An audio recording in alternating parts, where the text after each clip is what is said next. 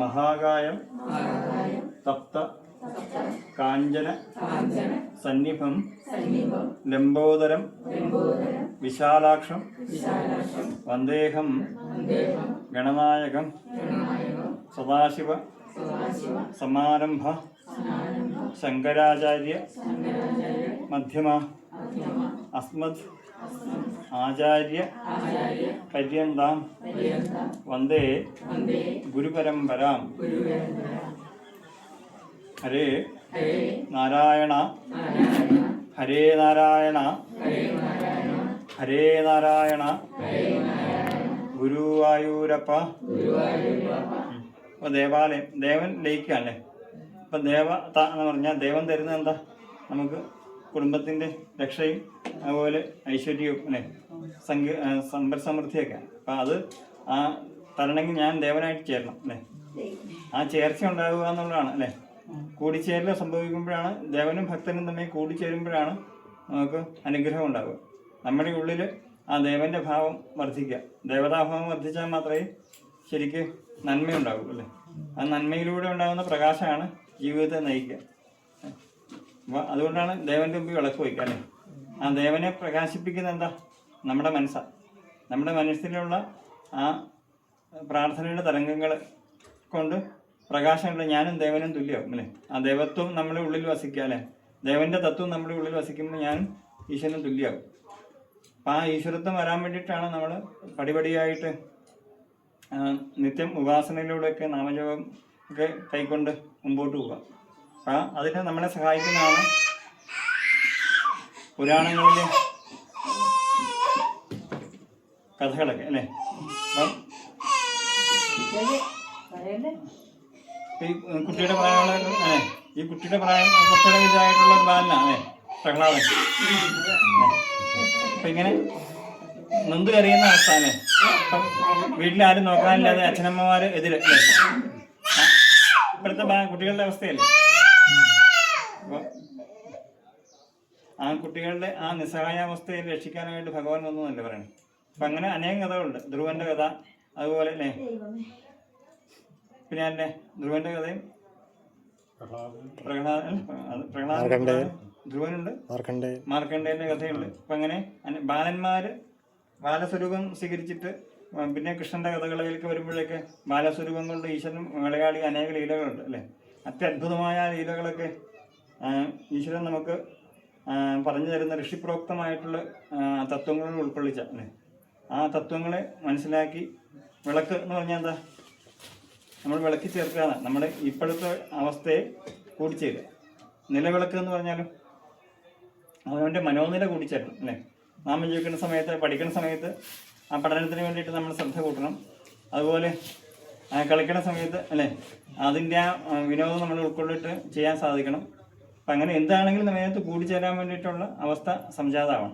അതിന് ശാന്തമായിട്ടുള്ള അവസ്ഥ വേണം. ശിവം ശിവകരം ശാന്തം എന്നല്ലേ. അപ്പം നമ്മുടെ കരങ്ങൾ ശുദ്ധമായിട്ട് ആത്മാവിനെ ശുദ്ധമാക്കി വഴി ശുദ്ധമാക്കി അല്ലേ ആ എനിക്ക് എന്താണോ എത്തിച്ചേരുന്നത് അതിലേക്ക് എത്തിച്ചേരാനായിട്ട് ശിവം ശിവകരം ശാന്തം ശിവാത്മാനം ശിവോത്തമം ശിവ മാർഗപ്രണേതാരം അല്ലേ. ആ വഴിയിലേക്ക് എത്തിച്ചേരാനായിട്ട് ഭഗവാനെ എന്നെ അനുഗ്രഹിക്കണം. അപ്പം കാളിയോട് ചൊല്ലുമ്പോൾ കാളി കാളി മഹാകാളി ഭദ്രകാളി നമോസ്തുതേ അല്ലേ. ആ എൻ്റെയും എൻ്റെ കുലത്തിൻ്റെയും എൻ്റെ ധർമ്മത്തെയും. അപ്പം ഞാൻ ചില സമയത്ത് കച്ചവടമായിരിക്കും, ചില സമയത്ത് ജപമായിരിക്കും, ചില സമയത്ത്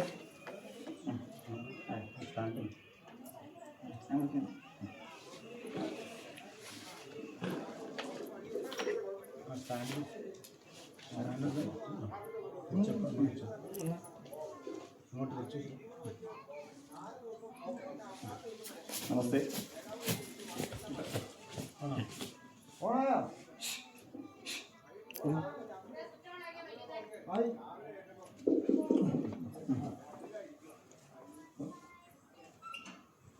കുലംച കുലധർമ്മംച മാംച ബാലയ ബാലയ എന്നെയും എൻ്റെ കുലത്തെയും ധർമ്മത്തെയും രക്ഷിക്കണം.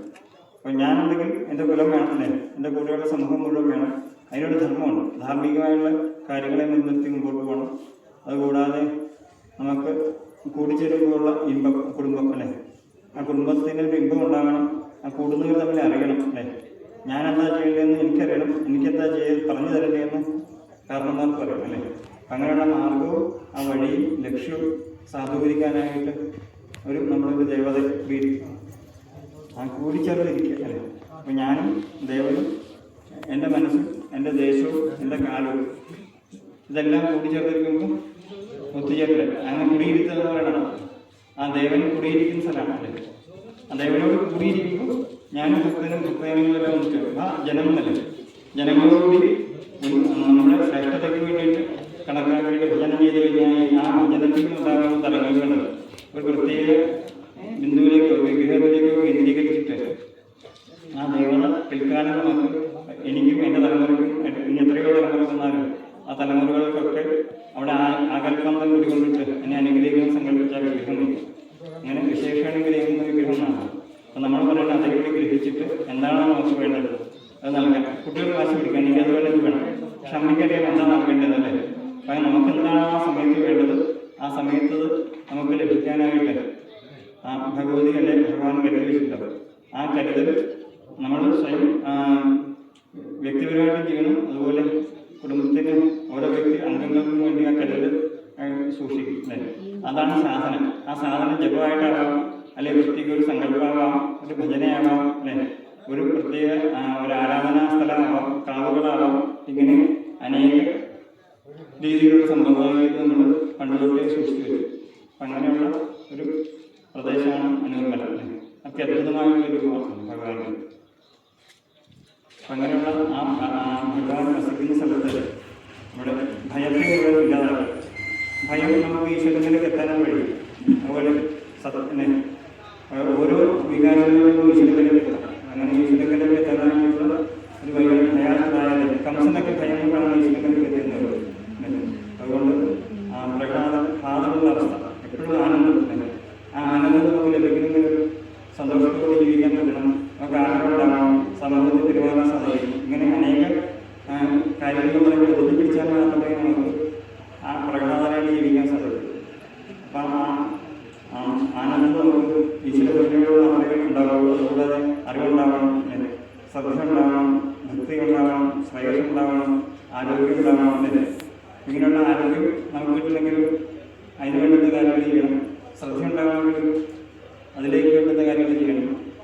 പിന്നെ സമൂഹത്തിന് വേണ്ടുന്ന എല്ലാ കാര്യങ്ങളും ചെയ്യാനായിട്ട് സാധിക്കും. ഇതൊക്കെ നമുക്ക് പകർന്നു തരുന്നത് പണ്ട് ക്ഷേത്രങ്ങളോ അല്ലെങ്കിൽ ഗ്രാമത്തിൻ്റെ സഭകളിലൂടെയോ അല്ലെങ്കിൽ ഒരു കഥകളിലൂടെയൊക്കെയാണ്. അപ്പം അത് ഇക്കാലത്ത് നഷ്ടപ്പെട്ടു.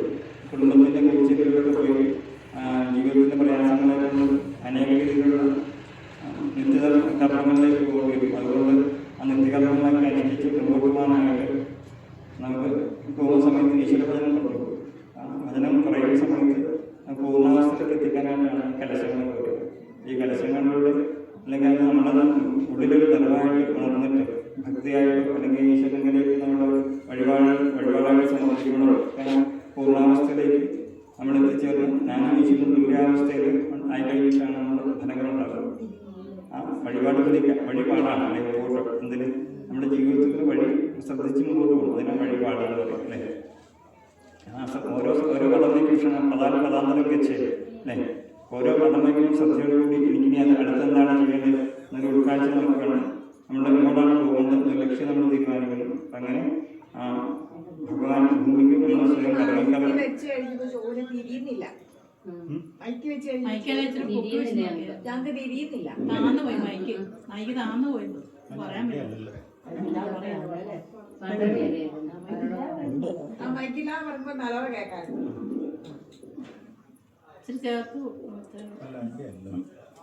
ഓണം സെറ്റ് ചെയ്തിട്ടുണ്ട്. അപ്പം അങ്ങനെ ഉണ്ടെങ്കിൽ അത് മൈക്ക് വേണ്ട. അതുകൊണ്ട് ആദ്യം പറഞ്ഞ് വിളക്ക് അല്ലേ, വിളക്കി ചേർക്കാൻ പറഞ്ഞു. മനസ്സിനെ വിളക്കി ചേർത്ത് കഴിഞ്ഞാൽ കൂടിച്ചേർന്ന് വിട്ടുപോകില്ല. വിളക്ക് എന്ന പദം നമ്മൾ ഉദ്ദേശിക്കുന്നത് എന്താ, നമ്മുടെ ശ്രദ്ധയോടുകൂടി നാമം ജപിക്കുക, അല്ലെ പൂക്കൾ ഒരുക്കുക, അല്ലെങ്കിൽ എന്താ നിവേദ്യത്തിനുള്ള സാധനങ്ങൾ ഒരുക്കുക. അങ്ങനെ അപ്പോൾ ആ സമയത്തൊക്കെ ശ്രദ്ധയുണ്ടാകും. ഭഗവാന് വേണ്ടിയിട്ടാണ്, അല്ലെങ്കിൽ എൻ്റെ കൊച്ചിന് വേണ്ടിയിട്ടാണ് അല്ലേ, അല്ലെങ്കിൽ ഉത്തമമായ കർമ്മത്തിന് വേണ്ടിയിട്ടാണ്. ശ്രദ്ധിച്ച് ഓരോന്നും ചെയ്യുമ്പോൾ ആ ഓരോ കർമ്മവും നമുക്ക് ഈശ്വരാർപ്പണമായിട്ട് ചെയ്യാൻ സാധിക്കും അല്ലേ. അപ്പം അങ്ങനെ ചെയ്യുന്ന സമയത്ത് അവസാനം നമ്മൾ ബ്രഹ്മാർപ്പണം അവസാനം എന്താ പറയണേ, ബ്രഹ്മാർപ്പണം പറയും. ആ ബ്രഹ്മാർപ്പണ സമയത്ത് നമ്മളിലേക്ക് നമ്മുടെ ഉള്ളിൽ മുഴുവൻ ഈശ്വരൻ സ്വീകരിച്ചിട്ട് തിരിച്ച് നമ്മളിലേക്ക് പൂർണ്ണമായിട്ട് തരും. അതുകൊണ്ടാണ് ക്ഷേത്രം പോയതിന് ശേഷം നമസ്കരിക്കാൻ പറയാം. ആദ്യം നമ്മുടെ ഉള്ളതൊക്കെ ഭഗവാൻ പിടിച്ചു വാങ്ങും. എന്തൊക്കെയാണ് കാണിക്കാന്ന് പറഞ്ഞാൽ എഴുതി വെച്ചിട്ടുണ്ട് എല്ലായിടത്തും അല്ലേ. കാണിക്കാന്ന് പറഞ്ഞാൽ എന്താ? അവനായിട്ട് മനസ്സിനെ കാണിക്കാനാണ്. ഇപ്പം നമുക്ക് എന്തെങ്കിലും ചിലപ്പോൾ അറിവുണ്ടാവില്ല, അല്ലെങ്കിൽ കാശുണ്ടാവില്ല, അല്ലെങ്കിൽ എന്താ സമയം ഉണ്ടാവില്ല, അല്ലെങ്കിൽ ആരോഗ്യം ഉണ്ടാവില്ല. നമുക്ക് എന്തൊക്കെയാണ് കുറവുകൾ അത് അറിയാവുന്ന ആർക്കാ? ഈശ്വരന്. അപ്പോൾ അത് എന്താണ് നമുക്ക് കുറവെന്നുള്ളത് അത് അറിഞ്ഞിട്ട് നമുക്ക് തരും. അതിന് വേണ്ടിയിട്ടാണ് നമ്മുടെ മനസ്സിനെ ഈശ്വരനെ കാണിക്കാൻ പറയുന്നത് അല്ലേ. അത് കാണിച്ചു കഴിഞ്ഞാലോ വേണ്ടുന്നതൊക്കെ നമുക്ക് ഭഗവാൻ നൽകുള്ളൂ. അപ്പോൾ അത് മേടിക്കാനായിട്ട് ശ്രദ്ധയോടുകൂടി കുറച്ച് നേരം തപസ് ചെയ്യണം അല്ലേ. ആ തപസ്സിൻ്റെ ഫലമാണ് ഇപ്പം നിങ്ങൾ ഇത് ചെയ്യണതൊക്കെ അല്ലേ. സത്സംഗം അതുപോലെ മറ്റുള്ള കാര്യങ്ങളൊക്കെ ആ തപസ്സായിട്ട് ഇപ്പോൾ കൂട്ടണം. കലിയുഗത്തിൽ നാമജപം കൊണ്ട് മാത്രമാണ് ഉയർച്ച എന്ന് പറയുന്നത്. നാമം ജപിച്ചാൽ മാത്രം മതി. ബാക്കിയുള്ള തപസ്സൊക്കെ പഴയ യുഗങ്ങളിൽ അവർ ചെയ്തു വെച്ചിട്ടുണ്ട് അല്ലേ.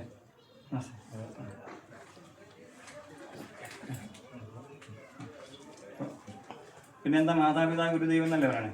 മാതാവ് പിന്നെ ദൈവതുല്യമാവണം അല്ലേ. അനുഗ്രഹിക്കാൻ കഴിവുണ്ടാവണം. മാതാവിന് ഗുരുവിൻ്റെ കഴിവാണ്. നമുക്ക് ഓരോ കാര്യങ്ങൾ പറഞ്ഞുതരാൻ മാതാവിന് പറ്റണം. അതുകൂടാതെ എന്താ മാതാവ് പിതാവിൻ്റെ ചില സംരക്ഷണം നൽകേണ്ടി വരും ചില സമയത്ത്. ഇത് തന്നെ ഇത് അച്ഛനെ സംഭവിക്കും. അച്ഛൻ ചില സമയത്ത് അമ്മയില്ലാതെ വരുമ്പോഴും അമ്മയുടെ എല്ലാ കാര്യങ്ങളും അച്ഛൻ തന്നെ ചെയ്യേണ്ടി വരും അല്ലേ. ഇപ്പം മാതാവിനും ഗുരുവിനും ദൈവത്തിനും എല്ലാ കഴിവുണ്ടെങ്കിൽ മാത്രമേ നമുക്ക് അവരുടെ അനുഗ്രഹം പൂർണ്ണമായിട്ട് കിട്ടുള്ളൂ. അപ്പം അതുകൊണ്ടാണ് മാതാ പിതാ ഗുരു ദൈവം എന്ന് പറയുന്നത്. ഈ 4 പേർക്കും 4 കാര്യം വാത്സല്യം വേണം. ഒരാൾ വരുമ്പോൾ മത്സരത്തോട് പറഞ്ഞില്ലെങ്കിൽ പല ദുഃഖത്തോടു കൂടിയായിരിക്കും എൻ്റെ ക്ഷേത്രത്തിൽ. ആ ഇത് കേൾക്കാനായിട്ട് ഒരാൾ വേണം അല്ലേ. അത് കിട്ടിക്കഴിഞ്ഞാൽ അത് ഉള്ളിൽ നിന്ന് നടത്തി തരാൻ ഒരാൾ വേണം അല്ലേ. അപ്പം ആ നടത്തുന്ന ഏറ്റുവാങ്ങാൻ ഒരാൾ വേണം. പിന്നെ അനുഭവയോഗം വേണം. ഗണപതിക്ക് 2 കുട്ടികൾ എന്താ ഭാര്യമാൻ എന്താ സിദ്ധിയും ബുദ്ധി അല്ലേ. നമുക്ക് എല്ലാ കാര്യം സിദ്ധിക്കും അല്ലേ. പക്ഷെ ബുദ്ധി കൊണ്ട് പ്രയോഗിച്ചില്ലെങ്കിലും എല്ലാം നഷ്ടപ്പെട്ടു പോവാം അല്ലേ. ഇപ്പോൾ ഒരു 1000 രൂപ കിട്ടി, പെട്ടെന്ന് 1000 രൂപ കൊണ്ട് ആശുപത്രിക്ക് കൊണ്ടു വന്നാലും പൈസ കിട്ടുന്ന ഫലം കിട്ടി ചിലവാകുകയും ചെയ്യും. നമ്മുടെ ആരോഗ്യം നശിക്കുകയും ചെയ്യും അല്ലേ. അതുകൊണ്ട് അനുഭവയോഗം എന്ന് പറഞ്ഞ് ആരോഗ്യം വേണം, ശ്രദ്ധ വേണം, ബുദ്ധി വേണം, പ്രതികരണശേഷി വേണം, ആരോഗ്യം വേണം അല്ലേ. അടുത്തെന്താ ഗുരുത്വം വേണ്ടേ. വിദ്യ വേണം, വിനയം വേണം, വിവേകം വേണം. ഈ 10 കഴിവുകളാണ് ഈ സമ്പത്ത് എന്ന് പറയുന്നത് അല്ലേ. ഈ സമ്പത്ത് നമുക്കുണ്ടെങ്കിൽ ആപത്തുകളൊക്കെ പൊക്കൂടും. അതുകൊണ്ട് ഈ സമ്പത്ത് നമുക്ക് നൽകണം ഭഗവാനോട് പ്രാർത്ഥിക്കാം കേട്ടോ. പിന്നെ എന്താ നമുക്ക് വേണ്ടത്? ശാപതാപങ്ങൾ പോകണം അല്ലേ. ഗുരുശാപം പറഞ്ഞ്, പിതൃശാപം, ബ്രാഹ്മണശാപം, അതിഥിശാപം. അടുത്തെന്താ? അന്നം മുട്ടിയ ദോഷം. ഇപ്പം ആഹാരം ഒരാൾ നമ്മളെ തേടി വന്നു. എൻ്റെ വീട്ടിൽ ഞാൻ എല്ലാ സമയത്ത് വന്നാലും ആ ആഹാരം എന്നെ തേടി വന്നുകൊണ്ട് ആഹാരം കൊടുക്കാൻ പറ്റാത്തതുകൊണ്ട് അയാൾക്ക് അന്നത്തെ തന്നെ മുട്ടിയില്ലോ. അങ്ങനെ പിന്നെ പിതൃക്കൾക്ക് കൊടുക്കേണ്ടത് ഞാൻ കൊടുത്താൽ എൻ്റെ അച്ഛൻ സ്വീകരിക്കുള്ളൂ. അപ്പം എൻ്റെ അച്ഛന് ഞാൻ എടുത്തു കൊടുക്കാൻ പറ്റിയില്ലെങ്കിലും അന്നം മുട്ടിയ ദോഷം അല്ലേ. എൻ്റെ ദേവത, ഞാനൊരു ദേവതയെ ഭജിക്കുന്നുണ്ട്. ആ ദേവതയ്ക്ക് ആഹാരം കൊടുക്കാൻ പറ്റിയില്ലെങ്കിലും ആ ദേവതയ്ക്ക് അന്നം മുട്ടും. അപ്പം ഇങ്ങനെ അന്നം മുട്ടിയ ദോഷം ഉണ്ടെന്ന് മുഴുവൻ പോകണം. പിന്നെ അടുത്തെന്താ? ധർമ്മദേവത അല്ലേ. നമ്മൾ രക്ഷിക്കാൻ ഓരോ കുലത്തിനും ഓരോ ധർമ്മം ഉണ്ടല്ലേ. ആ കുലത്തിൻ്റെ ധർമ്മദേവതയും പരദേവതയും ഗ്രാമദേവതയും അല്ലേ. നമ്മുടെ ഗ്രാമത്തിനൊരു ഈശ്വരൻ ഉണ്ടാവും. ആണോ? ആയിക്കോണ്ടല്ലോ. ആ കുലദേവത, ഗ്രാമദേവത, ദേശദേവത, പരദേവത, അങ്ങനെ 4 ദേവതന്മാരുണ്ടല്ലേ. കുലത്തിന് പ്രത്യേകമായിട്ടൊരു ഈശ്വരൻ, അതുപോലെ ഗ്രാമത്തിന് പ്രത്യേകമായിട്ടൊരു ഈശ്വരൻ, ധർമ്മത്തിന് പ്രത്യേകമായിട്ടൊരു ഈശ്വരൻ. ഈ ദേവതകളെയൊക്കെ നമ്മളെ അനുഗ്രഹിച്ചാലേ നമുക്ക് വേണ്ടുന്ന കർമ്മം ചെയ്യും. ഞാൻ പഠിച്ചു, ഡോക്ടറായി, എനിക്ക് വേണ്ടുന്ന സമയത്ത് ചെയ്യാൻ പറ്റിയില്ലെങ്കിലും രോഗിയെ രക്ഷിക്കാൻ പറ്റില്ല. അപ്പോൾ അധ്യാപകനായിട്ട് സേവിക്കുന്ന സമയത്ത് എനിക്ക് പറഞ്ഞു കൊടുക്കാൻ സാധിച്ചില്ലെങ്കിലും അപ്പം അങ്ങനെ ആ ധർമ്മവും ആ ധർമ്മത്തെ രക്ഷിക്കാനൊരു ദേവത. ഈ ദേവതകളൊക്കെ നമ്മളെ അനുഗ്രഹിച്ച് മുമ്പോട്ട് പോയെങ്കിൽ മാത്രമേ നമുക്ക് വേണ്ടുന്ന രീതിയിൽ കർമ്മങ്ങൾ ചെയ്യാനും അനുഷ്ഠിക്കാനും പറ്റുള്ളൂ. പിന്നെ അത് സ്വീകരിക്കാനൊരു പാത്രം വേണം. ഞാൻ പൈസ കൊണ്ടുവന്നു, വൈകിപ്പോയി, ആ സമയത്ത് കടം മേടിച്ച് കൊടുക്കാൻ പറ്റിയില്ല അല്ലേ. അങ്ങനെയൊക്കെ ധാരാളം പറ്റുന്നുണ്ടല്ലോ. അപ്പം അങ്ങനെ സമയാസമയങ്ങളിൽ വേണ്ടുന്ന വാക്ക് വേണ്ടുന്ന മൂല്യത്തോടു കൂടി വേണ്ടുന്ന രീതിയിൽ വേണ്ടുന്ന സമയത്ത് കിട്ടണം അല്ലേ. എങ്കിൽ മാത്രമേ പ്രയോജനം വരുള്ളൂ. ശരിയല്ലേ. പോയ വാക്കും കഴിഞ്ഞ സങ്കല്പം അങ്ങനത്തെ കഥയുണ്ടല്ലോ, അതെല്ലാം പോയിട്ട് ഈശ്വരൻ നമ്മളെ അനുഗ്രഹിക്കണമെന്ന് പ്രാർത്ഥിക്കാം കേട്ടോ.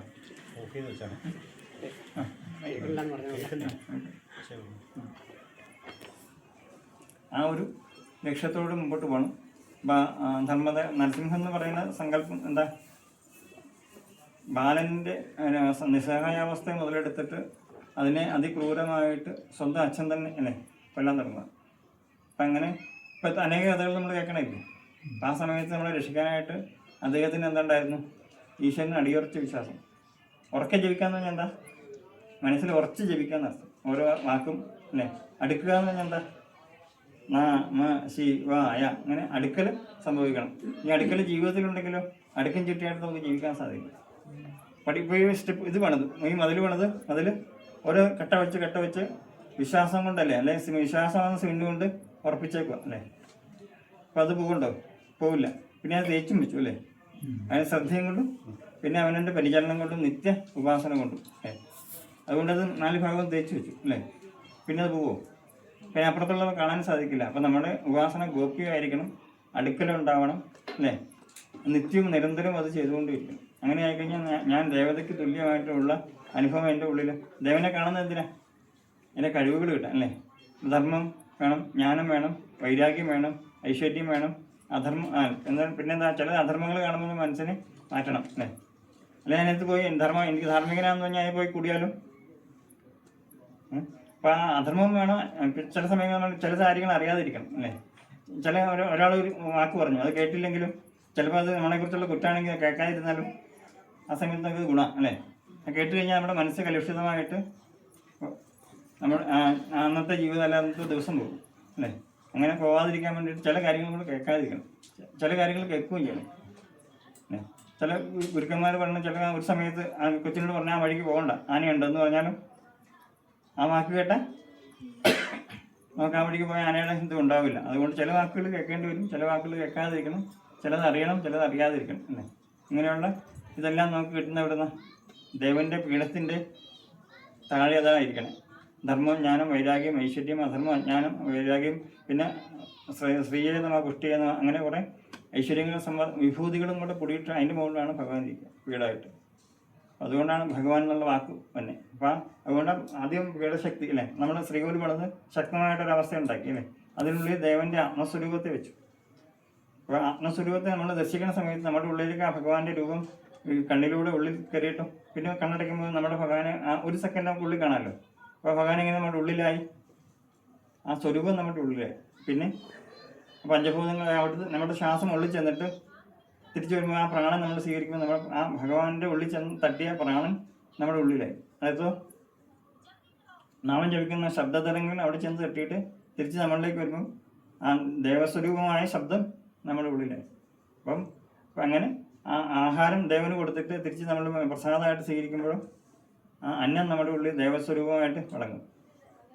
ധനം നമ്മൾ ദേവന് കൊടുത്തിട്ട് തിരിച്ച് വാങ്ങുമ്പോഴോ അപ്പം ധനം പൂജിച്ച് മേടിക്കാറില്ലേ. ഒരു നാണയം നമ്മൾ എല്ലാം വിഷുവിൻ്റെ കൈനീട്ടുമ്പോൾ തരുന്നത് അതുകൊണ്ടാണ്. അപ്പോൾ ദേവൻ്റെ മുമ്പിൽ വെച്ചിട്ട് നമ്മുടെ നാണയം ലക്ഷ്മിയായിട്ട് കണ്ണിൽ തൊട്ടിട്ട് ദർശനം കൊണ്ടാണ് ഭഗവാൻ നല്ല. ഭഗവാന്റെ മുമ്പിലേക്കാണല്ല, ഇവിടെ തന്നെ പുറകോട്ടില്ലല്ലോ. വിഷ്ണുവിൻ്റെ അമ്പലങ്ങളിൽ ദർശനം ലക്ഷ്മിയുടെ ദർശനം മുമ്പോട്ടാണ്. ഗുരുവായൂരമ്പലം കണ്ടിട്ടില്ലേ, മുമ്പിലേക്കേ ഉള്ളൂ, പുറകോട്ട് കുറവല്ലേ. പത്മനാഭസ്വാമി നോക്കി മുമ്പോട്ട്. അപ്പോൾ ഭഗവാന്റെ ദൃഷ്ടി ലക്ഷ്മിയിലൂടെ, അതുകൊണ്ടാണ് ഭഗവാനെ നേരിട്ട് പോയി കാണുമെന്ന് പറഞ്ഞു. ഗുരുവായൂരപ്പനെയൊക്കെ നേരിട്ട് പോയി കാണാം, മുമ്പിൽ ഗോപുരത്തിന് മുമ്പിൽ നിന്നാൽ പോലും നമുക്ക് കാണാം അല്ലേ. അപ്പോൾ ഭഗവാനെ ദർശിക്കണം, നേരിട്ട് വിഗ്രഹം ദർശിക്കണം. അപ്പോൾ ഇവിടെ ഭഗവാൻ ദർശിക്കണ്ട ദൂരത്തേക്ക് അല്ലേ. അതുകൊണ്ട് ഉയർന്നിരിക്കുമ്പോൾ നമ്മൾ ഭഗവാനോട് ഉയർന്നാലേ നമുക്ക് കാണാൻ പറ്റുള്ളൂ അല്ലേ. അപ്പോൾ ഈ മലയുടെ മുകളിൽ ഇരിക്കണ എന്തിനാ ഭഗവാനൊപ്പം നമ്മൾ ഉയർന്നാൽ വരാൻ പറ്റില്ല അല്ലേ. നമ്മൾ താഴെ നിന്ന് കഷ്ടപ്പെട്ട് മുകളിലേക്ക് കയറി ആ സാധനാ ക്രമങ്ങളൊക്കെ കഴിഞ്ഞിട്ട് വിഗ്രഹം കാണുമ്പോൾ ഈശ്വരനോടൊപ്പം തുല്യമായിട്ട് ഉയർന്നതിന് ശേഷം നമ്മൾ ഭഗവാനെ കാണുക അല്ലേ. താഴ്ന്നിരിക്കുകയാണേലോ ഏറ്റുമാനപ്പനൊക്കെ താഴ്ന്നായിരിക്കണേ, താഴ്ചയിൽ നിന്ന് ഉയർത്തിവിടാം.